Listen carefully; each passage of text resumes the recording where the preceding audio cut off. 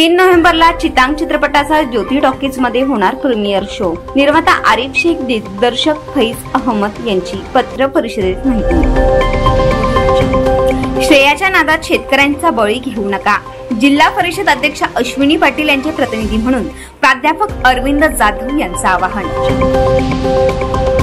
मंत्रालय प्रवेशद्वार बंद करून आमदार फारुख शाह व सहकारी आमदारांचं मराठा आरक्षणासाठी आंदोलन। धुळ्यात मराठा आरक्षण आंदोलनाला शिवसेना उद्धव बाळासाहेब ठाकरे गटाचे हिलाल माळींची भेट देऊन पाठिंबा। व्यापारी संकुले बांधताना मनपा प्रशासनाचा गैरव्यवहार, शिवसेना ठाकरे गटाने दिले आयुक्तांना निवेदन।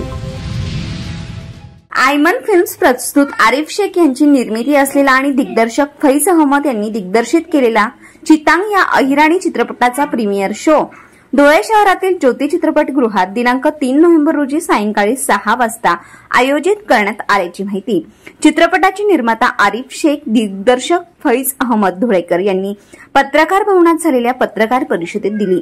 याप्रसंगी अखिल भारतीय मराठी नाट्य परिषदेच्या नियामक मंडळाचे सदस्य चंद्रशेखर पाटील, नाट्य चित्रपट कलावंत भटू चौधरी, कॅमेरामन डीओपी सत्तार शेख, सचिव सचिन बागुल यांच्यासह पत्रकार बांधव उपस्थित होते। फैज अहमद यांनी सुमारे 10 वर्षांपूर्वी चंदन हा पहिला अहिराणी चित्रपट दिग्दर्शित केला होता। मोठ्या कालावधीनंतर अथक परिश्रमातून त्यांनी आता चितांग हा चित्रपट दिग्दर्शित केला आहे। त्यांच्या अहिराणी भाषेवरील प्रेमाने भारावून अहिराणी भाषेसाठी काहीतरी योगदान द्यावं असं मनापासून वाटल्याने या चित्रपटाची निर्मिती केली आहे, अशी भावना निर्माता आरिफ शेख यांनी यावेळी व्यक्त केली। 3 नोव्हेंबर रोजी चितांग हा चित्रपट धुळे शहरातील ज्योती टॉकीज येथे प्रदर्शित केला जाणार आहे। त्यानंतर दररोज दुपारी 12 वाजता या चित्रपटाचा शो होणार आहे। या चित्रपटात मुंबईतील स्टार कलाकारांसह खानदेशातील अनेक कलावंतांनी भूमिका साकारल्या आहेत। सामाजिक व कौटुंबिक विषयावरील हा चित्रपट आहे। खानदेशातील अहिराणी व मराठी भाषिक कुटुंबांनी एकत्र येऊन हा चित्रपट अवश्य पाहावा, असं आवाहन यावेळी निर्माता आरिफ शेख, दिग्दर्शक फैज अहमद यांनी केलं आहे। फिल्म की टीम को मैं धन्यवाद दूंगा। सबसे पहले मैं उनको धन्यवाद दूंगा। मेरे जितने भी टीम के मेंबर थे, मेरा स्पॉट बाय से लगा मेरी टीम के हर डिपार्टमेंट के क्षेत्र का जो आदमी था मेरा, अब उनकी मेहनत और उनके सहयोग से जो है कि मैंने इस फिल्म को पूरी करने की कोशिश की और पूरी किया। तो इसके लिए मैं उन लोगों का बहुत शुक्रगुजार हूँ। मैं बहुत ही सबको धन्यवाद देता हूँ जिनके कारण ही मैं ये फिल्म बना सका हूँ। और उसके बाद मेरे सबसे इम्पोर्टेंट मैं मेरे प्रोड्यूसर, इनको मैं धन्यवाद देता हूँ कि जिन्होंने मेरे पर विश्वास कर मेरी इस फिल्म को जैसा मैंने चाहा, जैसा मैं लोकेशन चाहा, जैसे मैंने आर्टिस्ट चाहा, जैसा मैंने मेरा रिक्वायरमेंट रहा मेरी फिल्म को बनाने के लिए, टेक्निकली वो हर चीज मेरे प्रोड्यूसर ने मुझे प्रोवाइड किया, जिसके लिए मैं उनका बहुत बहुत बहुत धन्यवाद देता हूँ। वासियों से मेरी विनती है, गुजारिश है, रिक्वेस्ट है कि वो आके मेरी फिल्म को देखें। अहिराणी चित्रपट चितांग हा उद्या संध्याकाळी 6 वाजता ज्योती थिएटरमध्ये प्रदर्शित होतो। त्याचा प्रीमियर शो होतो आणि त्यासाठी तो चित्रपट प्रदर्शित करण्यासाठी त्या चित्रपटाचे निर्माते आमचे मित्र आणि भाई, दिग्दर्शक फैज धुळेकर अहमद आणि आमचे डीओपी हे सगळे लोक मुंबईवरून इथे आले आणि एकंदरीत इथं कल्चर आणि इथली जी काही भाषा जी काही बोलली जाते ते बघून त्यांना खूप कौतुक वाटतंय। आम्ही जो काही घेतला जो निर्णय अहिराणी चित्रपट बनवण्याचा, तो निर्णय योग्य आहे असं मला वाटतंय आणि आमच्या चित्रपटाला खूप चांगला प्रतिसाद मिळेल अशा प्रकारची भावना त्यांनी व्यक्त केली आहे। सिनेमाटोग्राफी करता हूँ, फोटोग्राफी कैमरा में। तो हमारे फैज भाई हैं, फैज अहमद धुलेकर जो हमारे डायरेक्टर हैं, मैं उनके साथ में काफ़ी 25-30 सालों से काम करता हूँ। उनकी चंदन फिल्म भी अहिराणी भाषा में बहुत अच्छी चली और अच्छी लगी लोगों को। तो उन्होंने फिर ये सब्जेक्ट कहानी मुझे सुनाई कि चलो एक नई वापस से अहिराणी भाषा में फिल्म हम करते हैं। तो मुझे कहानी सुनाई और समझाई, तो मुझे बहुत अच्छा लगा। की क्या प्रॉब्लम है वो इस फिल्म में दिखाया है और औरतों की प्रॉब्लम है, दारू पीने से क्या नुकसान है, ये सारी चीज़ें इसमें दिखाई गई। और मैंने इस फिल्म में अपनी तरफ से पूरी मेहनत करके मेरी पूरी टीम ने इस फिल्म को हमने तैयार किया, रेडी किया। तो हमारा जुड़े के लोगों से और हैरानी भाषा के लोगों से ये हमारी विनती है कि इस फिल्म को देखने के लिए आए। ज्योति टाकीज में कल इसका प्रीमियर शो है और आगे शाम का 6 बजे ये शो चलेगा।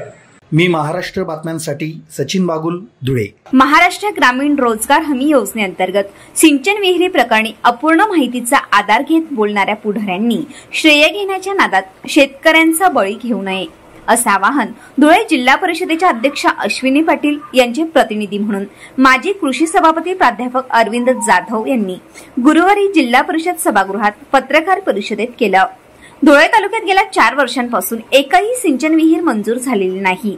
तालुक्यात महाराष्ट्र ग्रामीण रोजगार हमी योजनेच्या सिंचन विहिरीच्या कामांमध्ये सातत्याने तक्रारी झाल्याने विभागीय चौकशी झाली।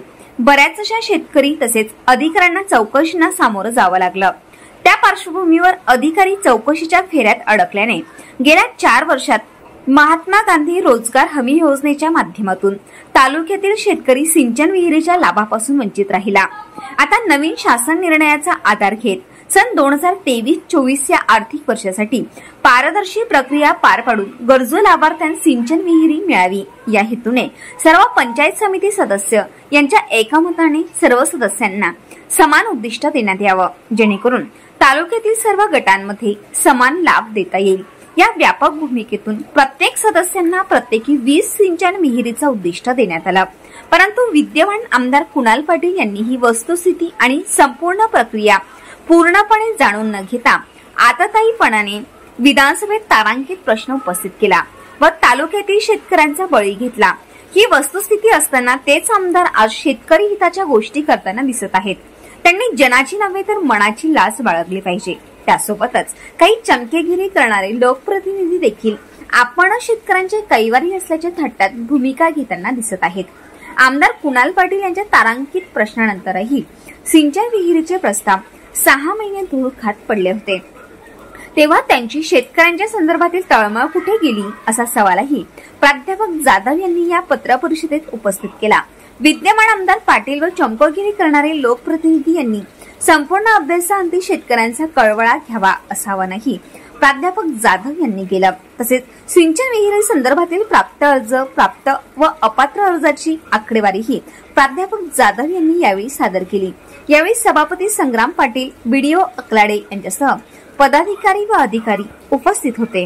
पात्र लाभार्थ्यांना खऱ्या अर्थाने तो मिळावा याच्यासाठी धुळे जिल्हा परिषदेच्या अध्यक्षा अश्विनीताई पाटील यांच्या मार्गदर्शनाखाली मुख्य कार्यकारी अधिकारी शुभम गुप्ता साहेबांनी सर्व अधिकाऱ्यांची बैठक घेऊन त्या कामकाजाला सुरुवात केली। 31 तारीख त्याची डेडलाईन ठरवली।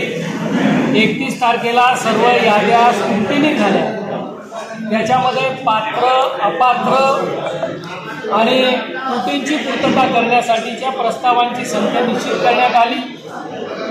जे पात्र प्रस्ताव आहेत त्याचं स्थळ निरीक्षण आणि जे स्क्रुटिनी पूर्ण करायचे, जे कंप्लायन्स करायचे आहेत, कागदपत्रांची पूर्तता करायची, ते सगळे एकत्रित करून त्याच्यातल्या पात्र लाभार्थ्यांची यादी ही त्या ठिकाणी लावण्यात येईल। या कामी आमचे जिल्हा परिषदेचे सर्व सन्माननीय सदस्य, पंचायत समितीच्या सभापती, पंचायत समितीचे सर्व सन्माननीय सदस्य यांची एकच प्रामाणिक भावना आहे की शेतकऱ्याच्या पोटाला जात, पात, धर्म, पंथ, पक्ष नाही, शेतकरी आणि शेतकऱ्याला लाभ मिळावा इतकी आमची प्रामाणिक भूमिका असताना ज्या आमदारांनी एलएफक्यू लावून विधानसभेमध्ये तारांकित प्रश्न उपस्थित करून पुरेशी माहिती न घेता तालुक्यातील शेतकऱ्यांचा बळी घेतला, त्याच आमदारांना शेतकऱ्यांचा अचानक कैवारी कसे काय होऊ लागले याचा प्रश्न आमच्या समोर पडला।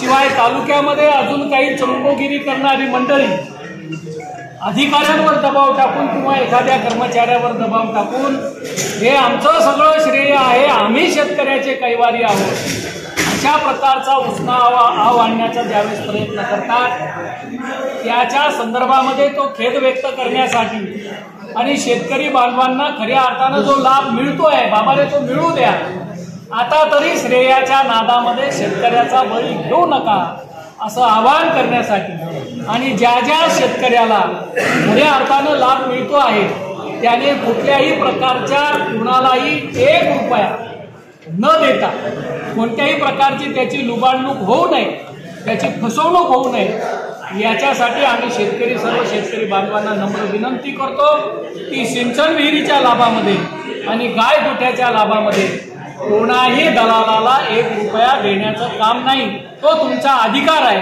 मी महाराष्ट्र बातम्यांसाठी सचिन बागुल, धुळे। मराठा आरक्षणासाठी संपूर्ण महाराष्ट्रात मराठा समाजाच्या वतीने तीव्र आंदोलन करण्यात येत आहे। आंतरवाली सराटी येथे मनोज जरांगे पाटील प्राणांतिक उपोषणाला बसले आहेत। एकूणच मराठा समाजाच्या भावना तीव्र झालेल्या आहेत। आमदार फारुख शाह यांनी धुळे येथील आंदोलनस्थळी भेट देऊन पाठिंबा दिला होता। तसेच मुंबई येथे जाऊन मुख्यमंत्री महोदयांकडून साकडे घालण्यात येईल आणि सहकारी आमदारांना सोबत घेऊन प्रसंगी आंदोलन करण्यात येईल असं जाहीर केलं होतं। त्यानुसार आमदार फारुख शाह आणि सहकारी आमदारांनी बुधवारी मंत्रालयाचं प्रवेशद्वार बंद करून मराठा समाजाला आरक्षण देण्यात यावं यासाठी आंदोलन केलं। सत्ताधाऱ्यांच्या टोलवाटोलवीमुळे मराठा आरक्षणाचा प्रश्न बिकट झालाय। निव्वळ अशा अनागोंदी कारभाराच्या विरोधात मराठा समाज आक्रमक झाल्याचं दिसतं। मराठा समाज आरक्षणाच्या मुद्द्याला पाठिंबा देण्यासाठी यापूर्वी धुळे जिल्हा MIM पक्षाच्या वतीने जिल्हाधिकारी कार्यालयासमोर आंदोलन करण्यात आलं होतं। तर आमदार फारुख शाह यांच्या नेतृत्वात MIM पक्षाचे सर्व नगरसेवक आणि कार्यकर्त्यांनी धुळे येथील साखळी उपोषणस्थळी भेट देऊन पाठिंबा दिला होता आणि जाहीर केलं होतं की आम्ही मराठा समाजाच्या सोबत आहोत। लवकरच याबाबत मंत्रालयात सहकारी आमदारांना सोबत घेऊन आंदोलन करण्यात येईल। त्यानुसार आज मंत्रालयाचं प्रवेशद्वार बंद करून आंदोलन करण्यात आलं। यावेळी आमदार फारुख शाह यांच्यासोबत आमदार निलेश रंके, आमदार बाबाजानी दुराणी, आमदार दिलीप बनकर, आमदार कैलास पाटील, आमदार थोपटे, आमदार सतीश चव्हाण, आमदार काळे, आमदार जितेश अंतापूरकर उपस्थित होते।